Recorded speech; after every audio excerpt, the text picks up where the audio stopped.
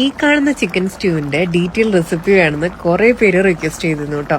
ഈ chicken stew ഇതുപോലെ ഉണ്ടാക്കിയിട്ടുണ്ടെങ്കിൽ ഈ ഒരു സോഫ്റ്റ് ബ്രെഡും കൂടി കഴിക്കാൻ വളരെ ടേസ്റ്റിയാണ്.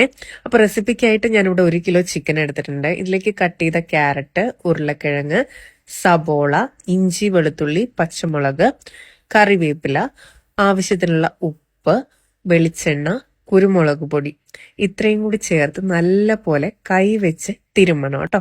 അതിനുശേഷം ഇതൊരു കുക്കറിലേക്ക് ഇട്ട് കൊടുത്തിട്ട് 2 വിസിലിന് വേവിച്ചെടുക്കുക കേട്ടോ.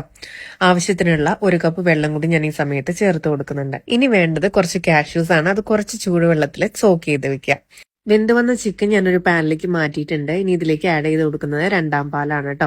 അതിനുശേഷം ആവശ്യമാണെന്നുണ്ടെങ്കിൽ കുറച്ചുകൂടി ഉപ്പ് ചേർത്ത് കൊടുക്കുക. തിളയ്ക്കുന്ന സമയത്ത് നമ്മൾ അരച്ചെടുത്തിട്ടുള്ള കാഷ്യൂ പേസ്റ്റും കൂടി നന്നായിട്ട് ചേർത്ത് കൊടുത്തിട്ട് ഇതിലേക്ക് ഫ്രഷ് ആയിട്ട് പൊടിച്ചെടുത്ത ഗരം മസാലയും കൂടി ചേർത്ത് കൊടുക്കണം. അതിനായിട്ട് 1 ടീസ്പൂൺ പെരിഞ്ജീരകം, 2 കഷ്ണം പട്ട, 1 സ്റ്റാർ അനീസ്, ഒരു 5 ഏലക്കായ, ഒരു 10 ഗ്രാമ്പു.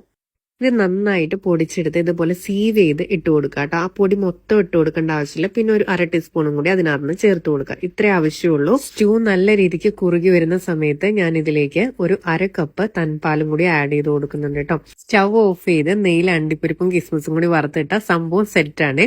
ഇതുപോലെ നല്ല സോഫ്റ്റ് ആയ ആവി കയറ്റിയ ബ്രെഡ് കൂട്ടി കഴിക്കണം കേട്ടോ. ഈ ഒരു ചിക്കൻ സ്റ്റ്യൂ പ്രിപ്പയർ ചെയ്യുമ്പോൾ ഉള്ള ഒരു മണവും പിന്നെ ഇടയ്ക്കിടയ്ക്ക് നമ്മൾ കഴിക്കാൻ ചൂടാക്കില്ലേ, ആ ഒരു മണവും വളരെ ടെംപ്റ്റിംഗ് ആണ് കേട്ടോ.